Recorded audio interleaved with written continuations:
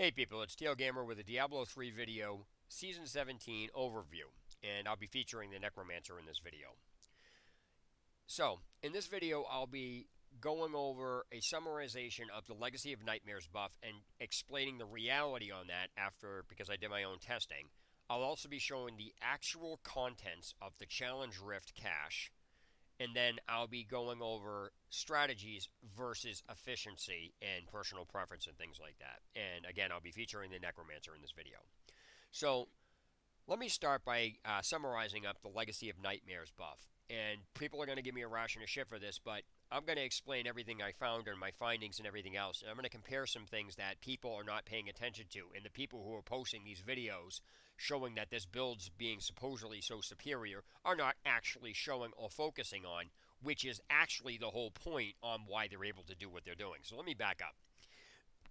When I did the Legacy of Nightmares buff, I took the actual set as if I didn't, as if, obviously you can't put a buff into play yet, but I did the actual set and I tested all the Necro builds with various variants of them, including my own, and meaning including the Mage Lancer build I did.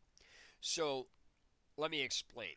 Here are my findings, and then I'll go over why this happened the way it was, because all anybody's going to do is say, oh, you're just not good at it, or you're doing something wrong. You can't do anything wrong when you're copying these builds verbatim, and then on top of that, doing slight tweaks to see how it goes. On top of that, you can't compare what these people are doing in these videos to what is actually going on in the game. So let me explain my findings. I'll explain the sets I used. I'll explain the builds I used, and then I'll explain the findings that happened, and then I'll rank them in order from worst to best as far as build goes. Now, I want to be clear that the Legacy of Nightmares buff is only subjective to your current level of GR. So when I did this testing with these builds, I based it off of me being able to do a GR 90 at the time with the Pestilence Land of the Dead build. Okay, that's what I base this off of, which allowed me to do a GR 94 at the time. I had a Paragon level of, I think, 840. I had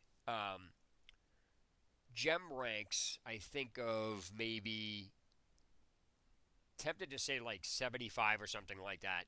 And then on top of that, I had no augmented gear and I had no primal items at all. So I just wanted you to keep those in mind. And again, I had a Paragon level of about 840.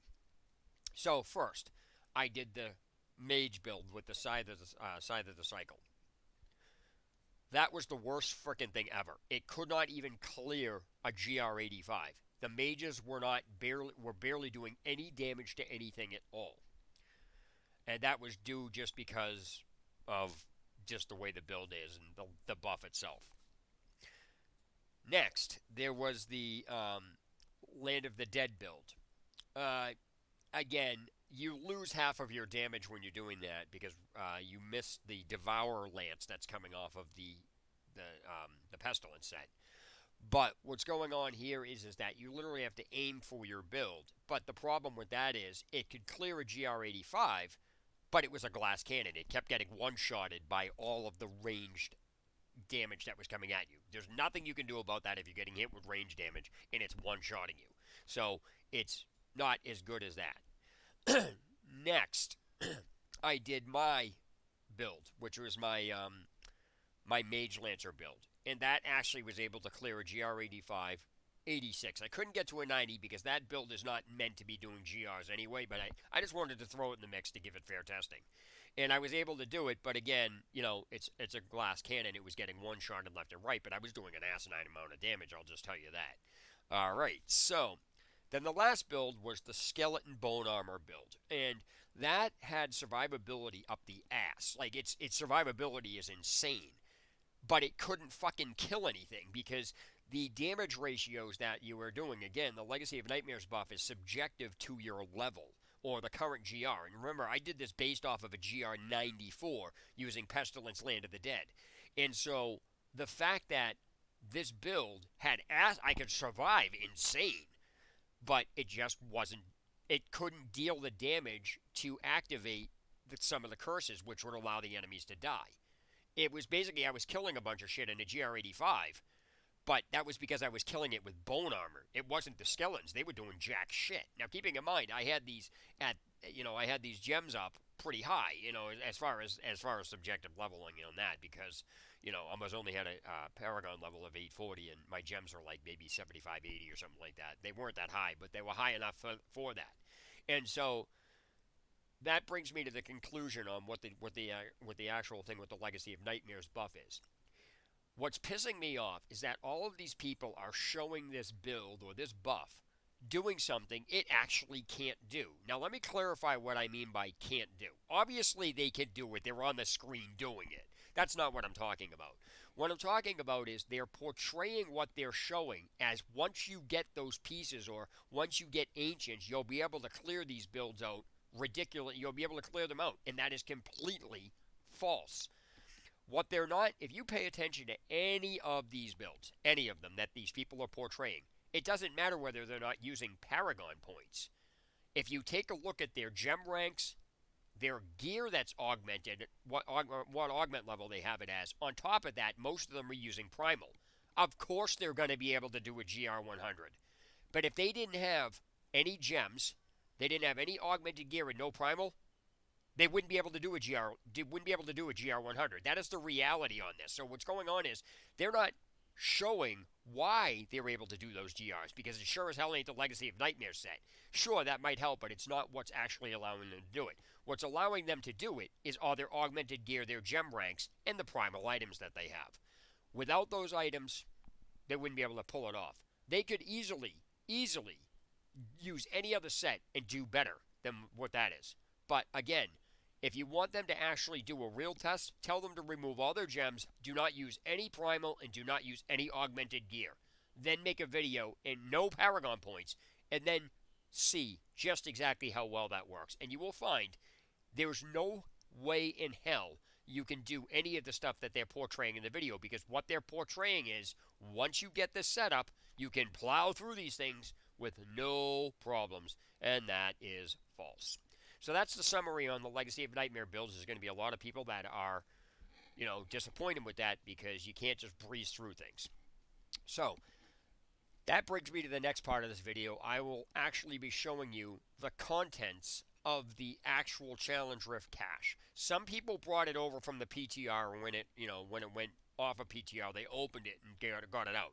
Now, keeping in mind that the PTR cache challenge rift, the cache from the challenge rift only gave you 32 death breaths. I believe this one gives you 35. Now, how I did this and how I'm going to show you this is that I have characters on Asia, America, and Europe. Right now I'm on the Europe server because I'll be playing tomorrow night on America, because when you do the challenge rift on these other servers, it doesn't affect the other servers. So doing it on Asia doesn't mean it's done on Europe or America, and vice versa. So, what I did was I started with a level 1, and I'm going to open it and I'm going to run away. I don't have a pet because it'll pick the damn gold up. So I wanted to start fresh with a level 1, because this is also going to lead into strategy versus efficiency. And again, I'm featuring the Necromancer for this because this is pretty much the most powerful character in general anyway, but this season's going to make it much, much, much more powerful. So I've obtained this, and I'm going to open it and run away, so then I can just hit, tab, or all, I should say alt, and highlight everything that's on the ground. Okay, so we get to see everything that's here. So first of all, there's 35 death breaths. There's 5,100,000 gold. There's 125 veiled crystals, and I believe that's 475 blood shards. 375 reusable parts, 15 of each mat. Now, this, like I said, this is what you're actually going to wind up getting, because this actually was the Challenge Rift chest. And so I'll be picking this up, and I'll be pretending I don't have blood shards. I'll only be using 475. And I will be only pretending I have 35 death breaths, because I think I have more than that here. I have 1,000. So I'll pretend I only have 35. And so when you're watching these videos, you'll see that people are doing certain things with it, like what they're choosing to do and everything else. So I just wanted to clear up that that's exactly what you're going to wind up getting. So now, as far as strategy versus efficiency, I choose to go with efficiency when leveling from 1 to 70. Eventually you wind up getting a strategy, but as far as leveling, I think efficiency outdoes strategy for the sole purpose that when you're doing a strategy, it requires very specific skills or very specific, items or things to be done. But if you have efficiency, it's a generalized thing that applies to everything. So, for example, some people will say, okay, let's make a level 70 two-handed scythe. That's fine. There's nothing wrong with it. But almost all the scythes revolve around poison, except for one two-handed scythe, which is which is the shadow hook. So when you're doing the shadow hook, that's more efficient. Give me 1 second. I gotta take this call. Hey, what's up? How's it going? Hello? I can't hear you. All right, I think you put down me by accident. All right, my wife dialed me by accident. Okay, so when you're dealing with the shadow hook, all right, let's see, do I have it in here? Yeah, I do. Okay, so if you take a look at this, this is actually going to give you it's a damage output for all damage you do, all of it. It doesn't matter what it is according to your essence.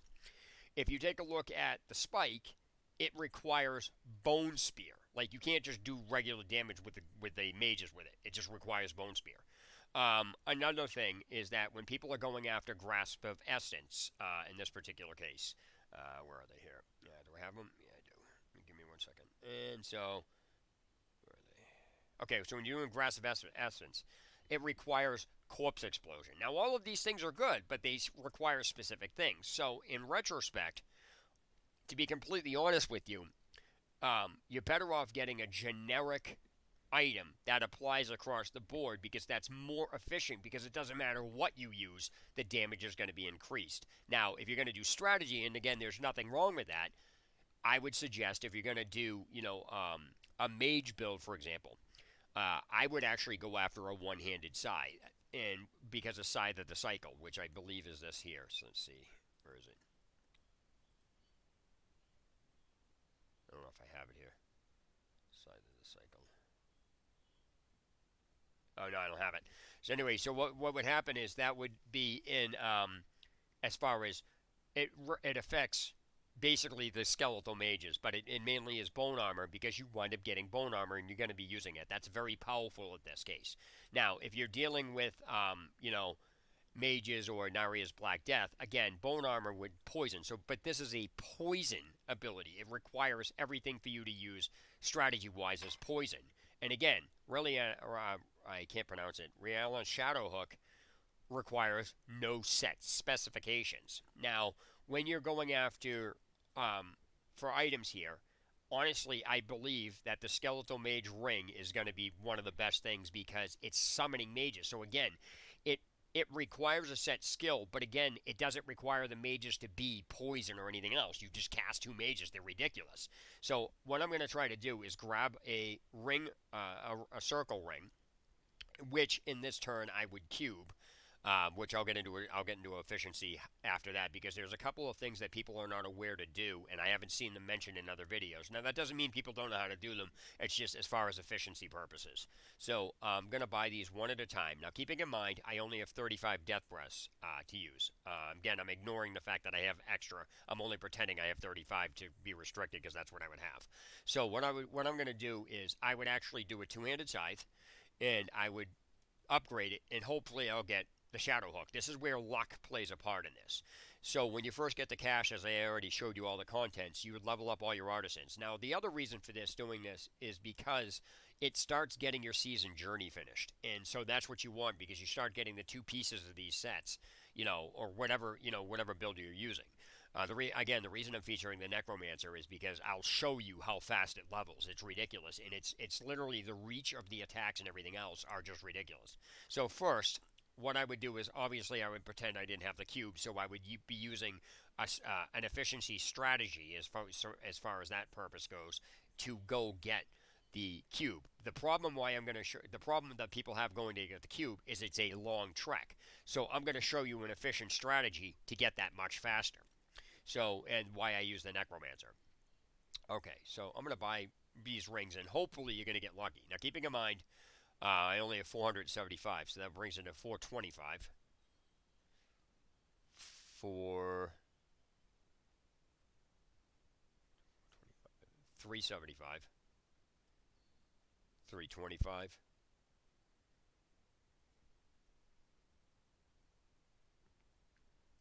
375. Sorry, 275, 225, 2. Sorry, we got to count this. 275, 225, 175, 125, 75, 25. Okay, so I didn't get any of that stuff, which sucks ass, but hey, what can you do, you know? And then I would try to use, I'd just try to get a helm, just in case it was, you know, friggin' Leoric's crown or something like that. Also, doing the rings may also get you a Leoric signet. So let me, I would just salvage all these for parts. I don't really care. So now let me make my two-handed scythe and see what I get with this. Keeping in mind, I still have 35 death breaths. And 25 of them are going to get used now, which means I would only have 10 left.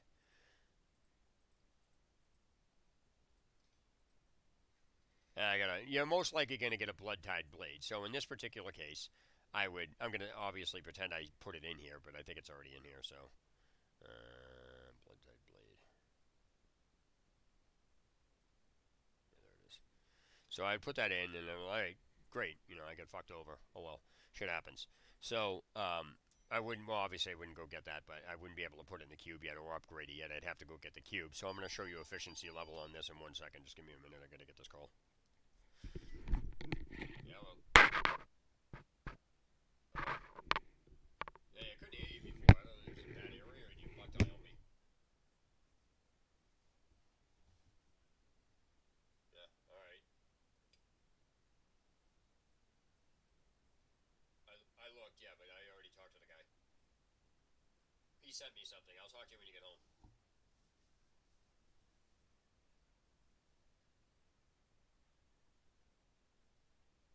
Okay. Okay.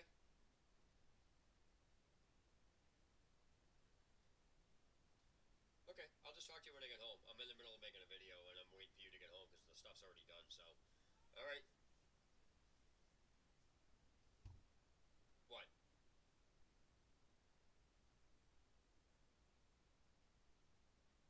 No, what do you, no, I just talked to him, and so I'll fill you in on the remainder of stuff I talked to him about because I needed answers for a couple of things, so that's all. Alright. Alright. Alright, I love you. Bye. Okay, so now in what's going on here is that you may notice that I have it on Torment 1. If you get lucky and get a ring, a mage ring, it's really, really, really sick. Obviously, you can't use mages to level 5, but that's not the point. So, first off, why people don't like going to Ruins of Sescheron is because it's a long trek and you don't move that fast. So, I'm going to show you the best way to get speed out of this, because this is something that people don't do, and it's never mentioned in any videos, but doesn't mean nobody does it, but it's just I just want to cover it. So I'll be bringing you to two specific areas. First is the Royal Crypts, and the second area is Belial here in Act 2. Now the reason why I'm doing this, first of all, I go look at Zoltan Cool. So if you don't get all these items, what you do is you go over at Zoltan Cool and you kill him. Now I use it on I get Zoltan Cool on Torment. And since you're not playing hardcore, it doesn't really matter. So let me show you what you know what? I can't. Motherfucker, I'm dead. I should just get myself. I'm just gonna kill myself. I screwed up and didn't I can't even do any of this. So I'm gonna let myself die. And I gotta go back to town. I screwed up by at least he's in here now, so let me go back to town. I can't believe I did that. That was dumb. This is how not to play. Alright, so first thing what you do is you equip a pet. I didn't want to equip a pet when I opened the chest because it would have picked the gold up and I would have had a problem trying to figure out exactly what I had. So equip a pet, then you go get your follower stuff. I usually pick the scoundrel because he's just, I don't have to worry about it. I can pick and choose between these guys' weapons. There's another thing I like to do as well, which is collect the books. but you don't need to collect the books. So this is key factor here. Sometimes you can get 9 damage, 9.46 damage. Sometimes you get 8. Obviously 9 is better. But what you do is you sell your item because you can't salvage it. That starts off giving you some gold. Obviously you don't need it for the challenge chest, but then you would salvage the other piece. Now, since you have a scoundrel with you and everything else, let me go to the terminus here. Oh, I'm already here. Interesting. Okay, so now when you fight Zoltan Cool, the reason you do this is because this at Torment 1, it'll put you at level 4 when you finish it. If you're doing it on Master, it'll put you at level 3. So I usually just do it on Torment because it's a lot easier. And on top of that, the reach of this also shows you the reach of this. You see how much damage I'm doing to him? You want to back up, obviously. This will take you a little bit of time, but it's much better doing it this way. So let me finish grabbing him this way. What will happen is he'll start pissing you off. So I'm going to use this freaking health. What you want to try to do too is level. He'll always freaking get in the middle of what you're doing. You want to try to level when he's near. Like you want to kill this guy so you level. What happens is as soon as you level, you'll explode and you'll kill the other guardian. So if you can manage to stay away from him long enough, shit, I'm dead. Here we go. Now I have health globes, but I have, more importantly, I have bone spear, which I can just rip him apart with. Also, my health, I can stand right in the middle of him and just plug him, because I have health globes, plus I have my potion itself. So let me okay, so now you're at level 4. And you also do this as a boss because it gives you these items. Obviously, the time that I'm doing this would be gone. I'd already be done with all this, but I'm showing this, so it's a little slow. Okay, so what I'm going to do now in the process as well is show you the books, because there's several books in this area that I would normally use to level, because if you don't want to spend too much time going to Zoltan Cool or any of these other places, because it's basically a race to get to level 70. And so you want to spend as little time doing everything as you possibly can. So this starts you off with decent items. This will also sometimes give you a better bow for this guy. I gotta freaking get rid of this. Now I have, I'm going after this book right here. It's always, the books that I'm going after are always right there. I'm probably dead. So let me, as you can see, you can pretty much do a lot of damage with this. Even though it's a torment, you're like a lower level, you can still pretty much rip the shit out of them. This is like how fucking ridiculous the Necromancer is. If I get freaking trapped in here, I'm screwed. So let me grab this. Oh, I have corpse explosion too, so these guys are fucking wallers.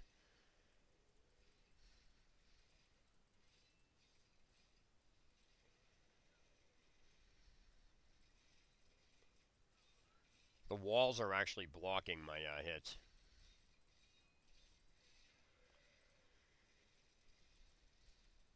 I also normally have my my skills swapped out.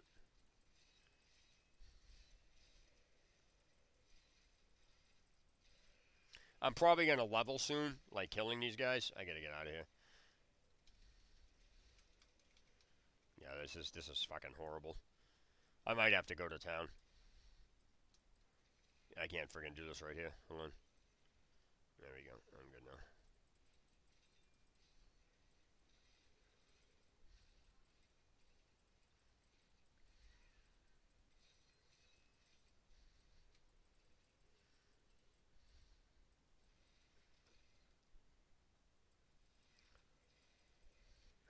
God, this is annoying.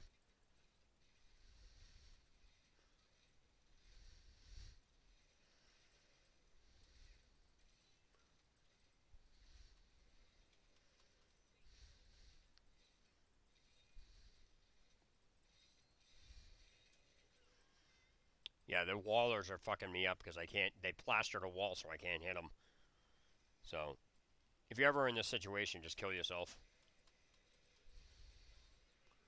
That's why I like doing that, because you explode in like this horrendous friggin' explosion. Now, what you do is, after you, obviously I ran into a problem, I normally wouldn't have fought those guys, just so you know, it's not a good idea, but that was after going after the book. There's another book in town here that's right over here The reason for these books is the amount of XP you get from them is subjective to your level. So I believe this is going to give me like 860 or something like that, 600, something like that.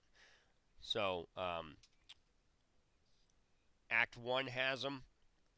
And just so you know, before you go off doing anything, usually I go to Leoric Manor's courtyard because there's sometimes, okay, so there's sometimes a pool of an XP pool, or like something like this. Like this is an Enlightened Shrine, so any enemies you kill are going to give you massive amounts of XP. So that's why you usually check this first. That shrine does not affect any of the books, so don't bother with it. So what I'm going to do is I'm going to go grab the books out of this area, and then I'm just going to quickly show you where they all are because it's 600 XP apiece. Normally what I would do is I'd get the books and leave one bar when I was level 1, so that way when you level, you're going to fill up the XP bar that much further, so basically you're ahead of the game. It sounds like weird, but that much XP is ridiculous. So what's interesting about this back room is you don't have to actually exit. You can open the map, and then you check all the Halls of Agony, 1, 2, 3, and then you check the cathedrals 1 through 4. So let me go back and see what's going on here. So I've just been accustomed to doing this, so this is bad. That's bad. Nope. It's none here. They're usually always by the entrance, so here's one. Now, when you exit the game and then re-enter, these books will be reset. There's another one. You can literally level just off of books. So now, I'm going to exit. I'm going to go back to town. And, what was I going to do here? So yeah, you're level 5, and what you would do is you'd create a level 2-handed scythe. So the weapons are subjective to this, but basically you want to create a 2-handed scythe because that's going to give you massive amounts of damage now. And Corpse Explosion is really good, but Corpse Explosion is not going to help you in a boss fight, so what you would do is you'd swap over to Skeletal Mage. And that way it's extra additional things. At level 6, you want Sudden Impact on the Bone Spikes. And then at level 7, the Bone Spear becomes Blighted Marrow. So in that particular case, actually, no, it's Blood Tide Blade. Okay, so that would be Blood Nova. So that doesn't show up, I think, until level 12. So let me see here. I need to swap out my skills. This is an issue with me. I can't stand having this like this because I have my Corpse Lance build like that, and so let me see here. Okay, Halls of Agony. So did I get them all? Yeah. Okay. So I'm gonna actually exit the game now, and I'm gonna go re-grab those books again once I do this. So when you go in, I'll show you, because beforehand the Halls of Agony books weren't there. They may not be there now. So this is they may not be there now. I don't know. Crap! I forgot to. Now I know why I messed up. I forgot to grab the Enlightened Shrine. That's just terrible. Oh well, that happens. So yeah, I see here's a book on Halls of Agony too that wasn't there before, and now this is, you can consider this a waste of time or not. Then Cathedral. There's another book. They reset. I think there's like up to 4 of them or something like that. I think the one in the Act 4 Gardens, I think, or Act 3 Gardens is a little weird. Okay, so now, basically, this is just some hacks or something you can just do to level real quick. Let me go to Act 4, go to this, and see if it's down there again.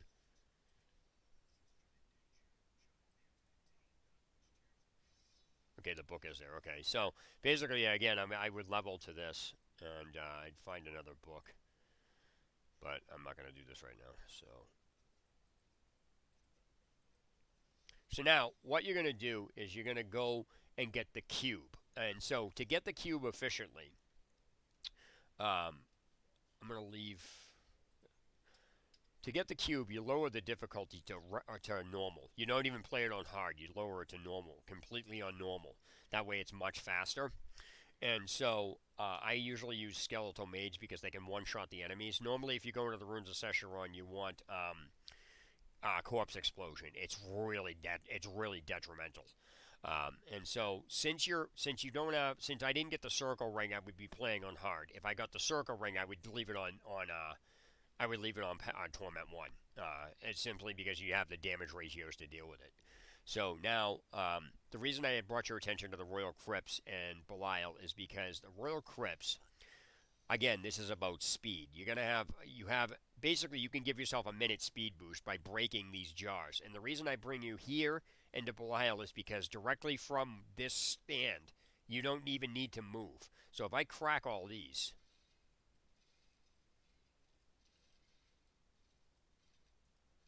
I get a minute speed boost.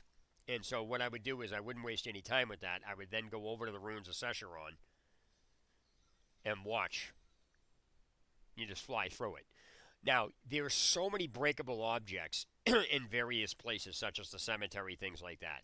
So what I'm going to basically do is I'm just going to shortcut this video because I'm going to end it soon because I got to go eat. But basically, if you run out of steam along here, what you do is you teleport to town.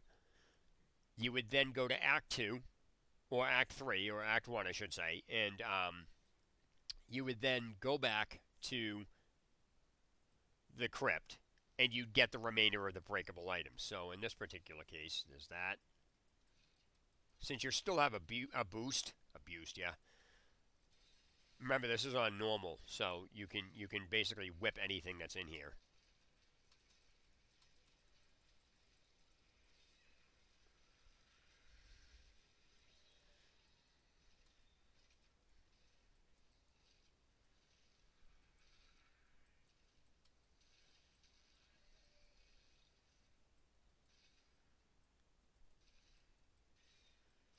Now, once you cleared this out, you go back to town, and then you go back through your portal, and then you do all that. That's basically how that operates.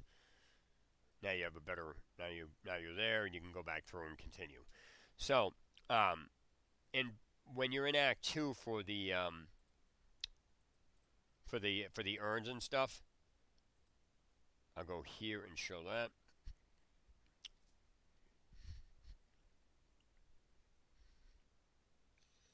You can literally just break everything from here.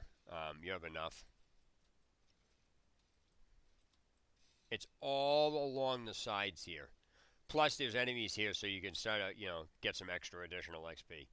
Now, the one place I'm going to explain that people use to level is kind of bad. It's not good, but it's not bad. So, for example, the Festering Woods. Like any place, the Festering Woods and the Weeping Hollow and things like that are really subjective in accordance to how the enemies are spread out, because what you're basically doing at this point is going after massacre bonuses. So I'm going to show you a really couple of efficient places that most people don't go in. I don't know why they don't showcase them or anything else.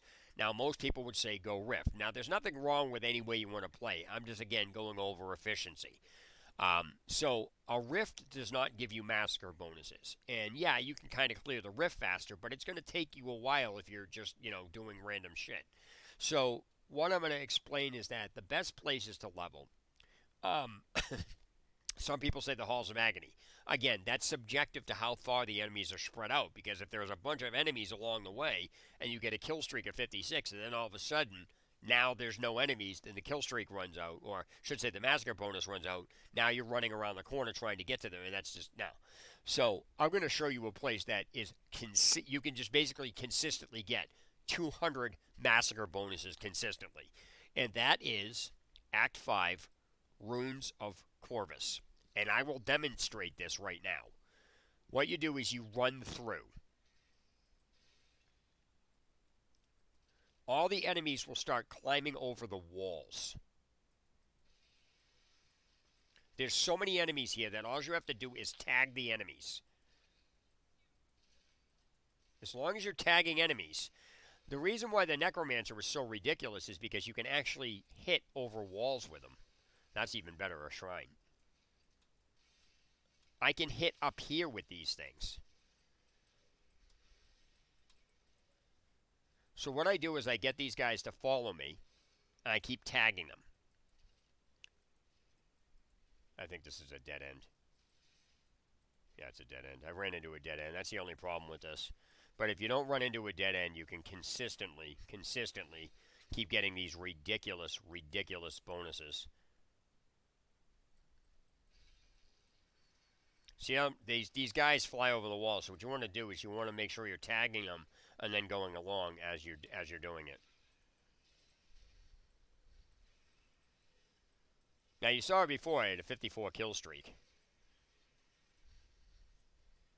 They'll follow you.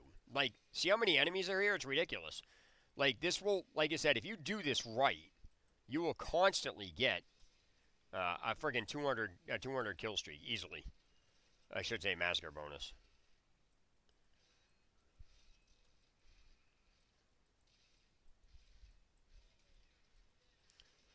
Another good thing about the mages is the reach of them. A little too late. I'm not paying attention.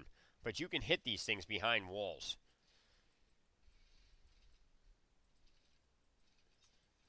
You have to kind of like keep going. But if you see, I keep constantly, I'm screwing this up, but basically if you do this right, you can constantly keep getting like 200 kill streak bonuses. It's ridiculous.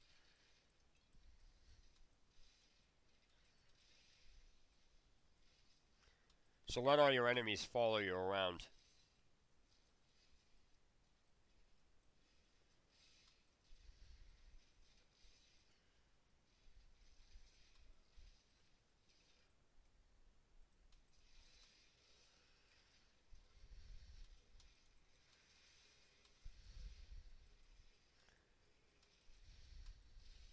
This is one area that is so ridiculous as far as massacre bonuses. It's ridiculous. 135. See, if I had gone over there and if I had gone over there instead of being stupid, I would have. See, I'm letting them follow me, so you can. I keep hitting off to the side. I'm letting them follow me because, like, you can hit these things from behind the wall.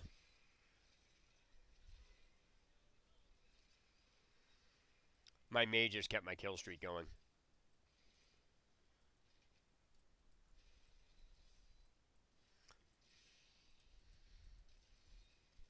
I actually made it through this entire area and got a ridiculous massacre bonus. It was something so absurd.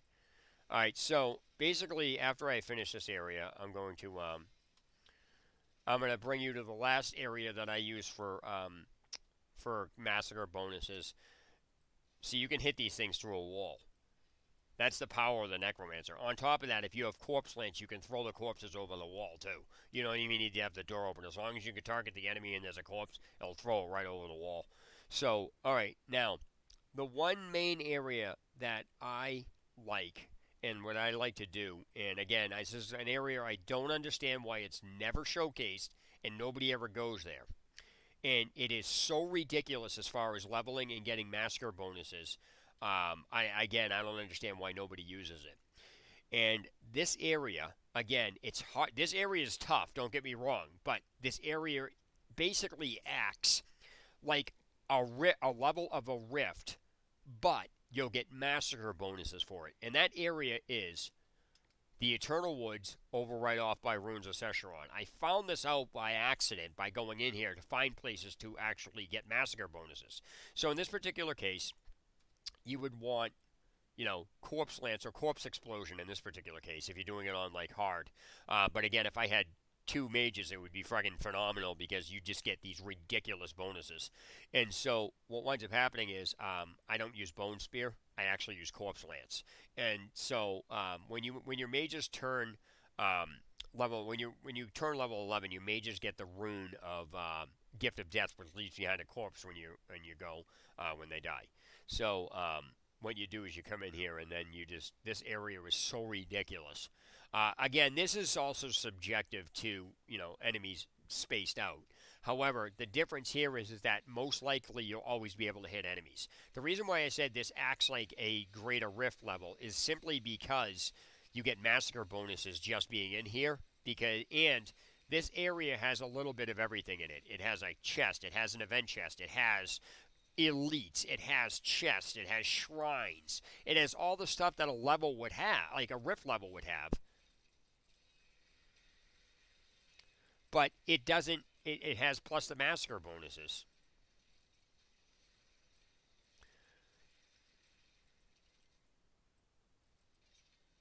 This area is so good for leveling. I don't understand again why nobody uses it. Now that you have skeletons, it's even worse. It's so ridiculous. Like I said, this is so asininely dumb.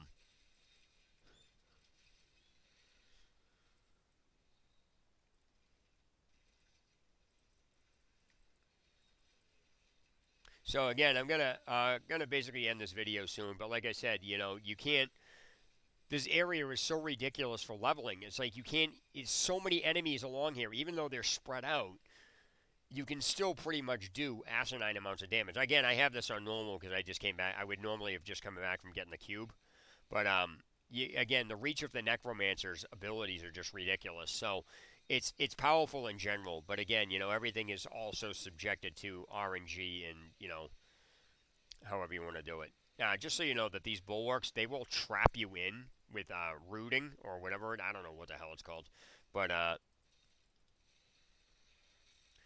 and so you can't actually move to the next area. So I've actually lost massacre bonuses because of this.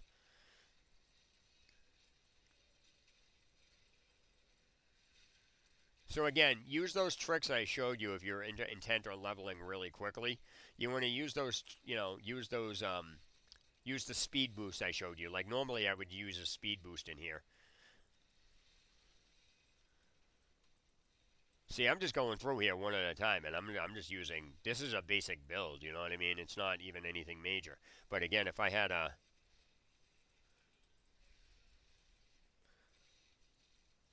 see the amount of kill streaks you get off of this is just ridiculous. Like I'm up to 119. This area is just so good for freaking leveling.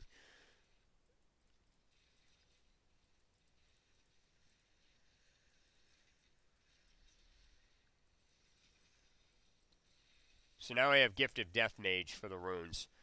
I can't do anything until okay, so and that basically what that does is that leaves behind a corpse um, when they die. So that just allows you to fuel corpse lance. And so when you're doing all this stuff, I forgot to put sudden impact on bone spikes, but it's really efficient. So what I'm gonna do is I will literally make another video going over my build when I'm leveling from 1 to 70, exactly what skills I'm using and things like that. Because as you can see, it's even though this is on normal, if you have two mages and you do this on see he rooted me in place. So even if you have two mages on you know, I would still be using this on torment. The enemies can't survive. It's just so fucking overpowered. The reach of this is absolutely asinine. Can't get through. Well, that's why it was a dead end.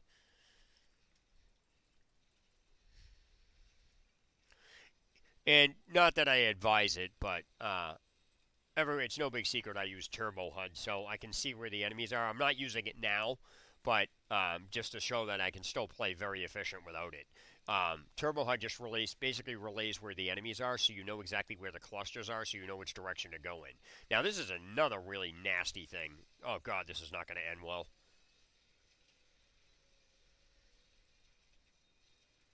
I would also have changed my weapon by now. I'm still using a level 5. So like I said, I will make another video going over step by step from level 1 to 70, and I'll show every little thing that I'm doing if I can freaking remember. This is really good because it's an event chest. Like I said, this area is like a level of a rift, just a Nephilim rift. It has a little bit of everything in it. And just so you know, when you're doing event chests, you want to use Corpse Explosion. You don't want to use some Corpse Lance. Corpse Explosion is just so much more efficient. Even though I got 100, I'm going to get another chest. I could still just gotten way more XP off of that. Now, I'll use this to continue trying to get my kill streak or my massacre bonuses going. I'm going to lose it now. Yeah, there it is. So, yeah, that's Death Nova. Now, when I have Death Nova to show you the power of Death Nova, I'm going to just go into, because I have Blood Tide Blade inside, I don't know if I can use Death Nova in this slot. Oh, it does. Okay. So, in my cube, I have Death Nova, which is I should say I have a Blood Tide Blade, which is increases the damage of Death Nova. So let me go into a I don't know, I'll just go into like, go grab the butcher, for example, and I'll show you what Blood Nova, like, what this actually does with this item. It's ridiculous. This item is absolutely ridiculous, because as long as you have enemies around, watch,